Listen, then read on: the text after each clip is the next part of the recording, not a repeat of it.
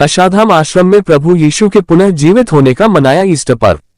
उदयपुर अशाधाम आश्रम में संस्थापिका sister Damien की अध्यक्षता में प्रभु यीशु के गुड फ्राइडे के पश्चात तीसरे दिन पुनः जीवित होने के उपलक्ष्य में ईस्टर पर्व मनाया गया। कार्यक्रम की शुरुआत सर्वधर्म की तस्वीर के सम्मुख दीप प्रज्वलित कर किया गया। तत्पश्चात लॉर्ड आवर राइट्सनेस चर्च के रेवडो सैमुअल मेसी ने प्रार्थना की। तत्पश्चात आश्रम की लाभार्थी ज्योति जॉन ने प्रार्थना गीत पर डांस किया। कार्यक्रम में अतिथि रहे एडवोकेट निर्मल जी पंडित ने अपने उद्बोधन में बताया कि अशाधाम आश्रम में सभी धर्म के पर्व और त्योहार मनाए जाते हैं। प्रभु यीशु के पुनः जीवित होने का भी एक बहुत बड़ा खुशी का पर्व है। उन्होंने सभी के कल्याण के लिए शिक्षाएं दी जिससे सभी में शांति और सौहार्द बना रहे तथा उन्होंने बताया कि अशाधाम आश्रम में सभी सिस्टर द्वारा की जा रही सेवा ईश्वर की सेवा के समान है। सिस्टर डेमियन द्वारा इन लोगों के लिए जो सेवा कर रहे हैं वह एक अद्भुत और बहुत ही परोपकारी सेवा है तथा सभी को ईस्टर पर्व की शुभकामनाएं दी। कार्यक्रम के दौरान सिस्टर सीना जॉन ने ईस्टर पर्व के बारे में विस्तार से बताया कि लोगों ने किस प्रकार से प्रभु यीशु को यातनाएं देकर समाप्त किया किंतु वो पुनः जीवित होकर लोगों में शांति और सेवा के भाव उत्पन्न किए तथा विश्व में शांति का संदेश दिया। तत्पश्चात आर्च बिशप डॉ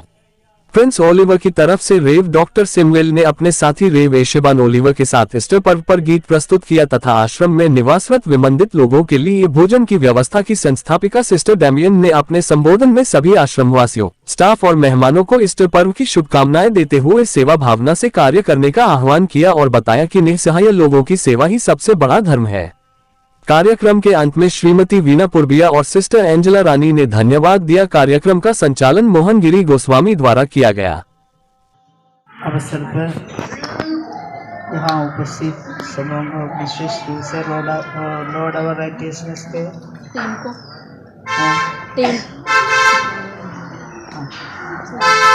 टीम को और निर्मल जी और उपस्थित सभी हमारे बच्चे सिस्टर लोग सबको मैं प्रभु यीशु के आशीर्वाद सबके लिए मैं प्रवेश का आशीर्वाद मांगती हूँ। आज के दिन आज सिस्टर सीधा ने सब कुछ भली प्रकार समझाया है, सुनाया है सबको। प्रभु यीशु हमारे लिए जन्मे, पीड़ा उठाए और मर गए और मरने के बाद जी उठे। ये आज वो दिन मना रहे हैं। बहुत ही खुशी की बात है। प्रभु यीशु हमारे साथ है। हमेशा अपने जो गीत गा रहे हालेलुया, दिन भर हालेलुया का गीत गूंजते रहते हैं लेकिन जो सुनने वाले सुनेंगे, नहीं सुनने वाले नहीं सुनते हैं। हमारे लिए बड़ी खुशी की बात है।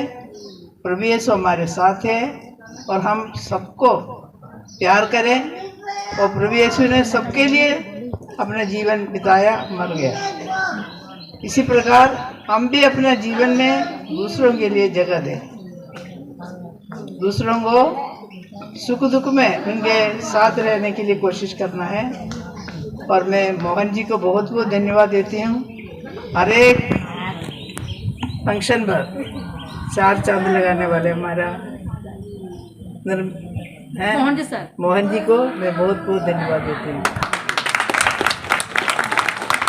सबको मैं बहुत धन्यवाद देती हूँ और ईश्वर को धन्यवाद इसलिए देती हूँ कि वो हमारे लिए खास है, हमारी रक्षा करने के लिए हमारे साथ है।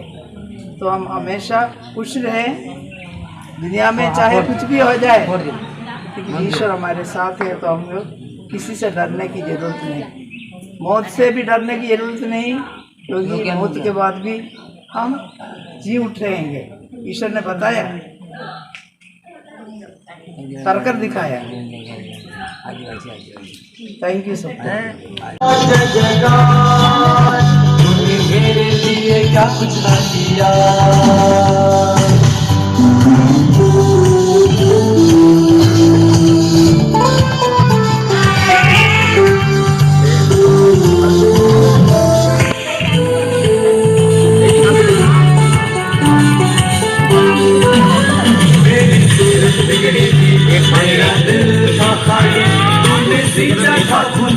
ताकि आए हरियाली।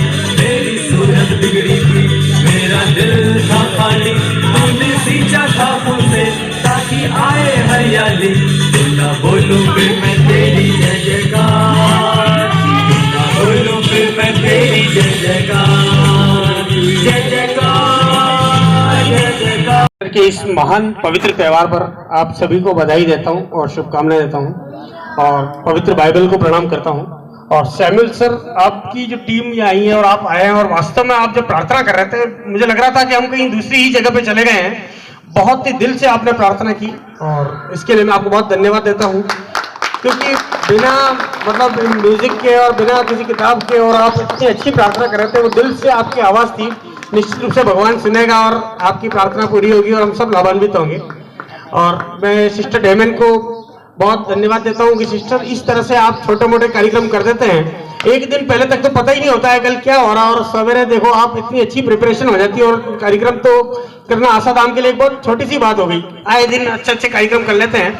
मैं आपको बधाई देता हूँ, भगवान से प्रार्थना करता हूँ कि आप स्वस्थ रहें, खुश रहें और आसाधाम हमारा प्रोग्रेस करते रहें। और आज जो भी लेडीज स्टाफ आया है, क्योंकि आज बहुत बड़ा त्यौहार है और सभी जने बिजी हैं, लेकिन वो त्यौहार पे भी आए हैं स्टाफ के लोग, इन सबका बहुत धन्यवाद देता हूँ। और आज के दिन आप खुद देखिए सर, जैसे जो दुनिया से चले गए थे और 3 दिन बाद वापस उनका जन्म होना और वापस उनका अवतार लेना, ये कितनी बड़ी बात थी पूरे विश्व के लिए, पूरे संसार के लिए थे कि वो हमको एक चीज सिखा के गए कि मुझे मौत का भी डर नहीं है। तुम मुझे अगर मौत के मुंह में भेजोगे तो मैं वापस आऊंगा इस दुनिया में और सबका कल्याण करूंगा। ऐसे महान पुरुष जो भगवान ने है, और यीशु मसीह को प्रणाम करते हुए मोहन जी सर, मैं आपको बहुत धन्यवाद देता हूँ कि आप छोटे से कार्यक्रम में बहुत अच्छी एंकरिंग करके एक माहौल बना देते हैं। मैं आपका धन्यवाद आपके ऊपर।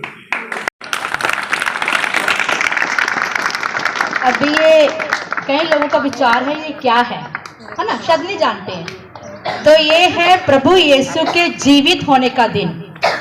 3 दिन के बाद 3 दिन पहले कब्र में रखा गया, फिर जीवित हुए।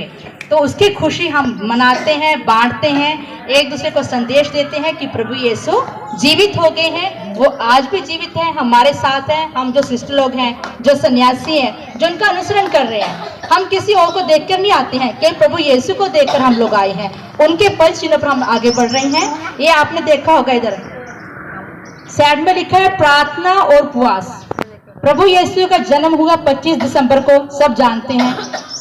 उन्होंने 3 साल इस दुनिया में काम किए और उसके बाद में प्रभु ने 40 दिन प्रार्थना की, जो हमारे धर्म में, क्रिस्त धर्म में उपवास के दिन होते हैं।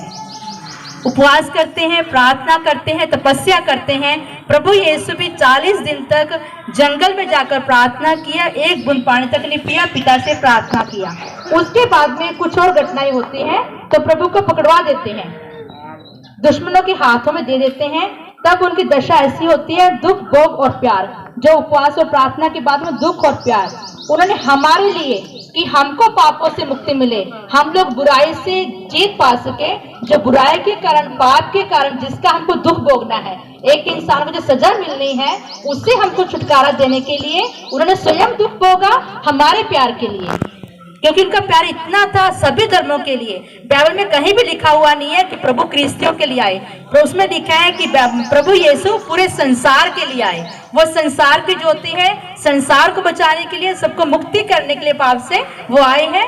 उनका है दुख और दुख, भोग और प्यार के लिए उन्होंने हमारे लिए हर एक पीड़ा से सही। उनके हाथों में कीले ठोंक दी गई, सिर पे कांटों का ताज पहनाया, पूरा लहूलुहान हो गया, प्यास से मर रहे थे। तब उनको दुश्मनों ने इसको खट्टी अंगूरी पिलाई, जिसको पीना उसके लिए असंभव था, उनको पीना भी नहीं था, जबरदस्ती पिलाया। उनके इधर बक्की साइड में बर्छे से छेद किया गया, जहां खून और पानी की नदियां बह गई। तो ये बहुत दुख उन्होंने भोगा है। ये होता है हमारे गुड फ्राइडे के दिन, जब बोलते हैं गुड फ्राइडे है, तो गुड फ्राइडे हमारे लिए दुख का दिन होता है, तपस्या का दिन है, तो होता है प्रभु के दुख भोग को याद करने का दिन होता है, और अपने जीवन के साथ में सम्मिलित करते हैं कि मेरे जीवन में क्या दुख है। जैसे प्रभु ने दुख उठाया, क्या मैं अपने जीवन में छोटे मोटे दुखों को उठाती हूँ क्या, उसके ऊपर विचार करने का दिन होता है, प्रार्थना का दिन होता है। उसके बाद में तो क्षमा और बलिदान, उसी गुड फ्राइडे के दिन में जो मैंने अभी बताया कि उनको मार देते हैं, क्रूस पर लटकाते हैं, वो हमारे लिए बलिदान हुए ताकि हम आजाद हो जाएं।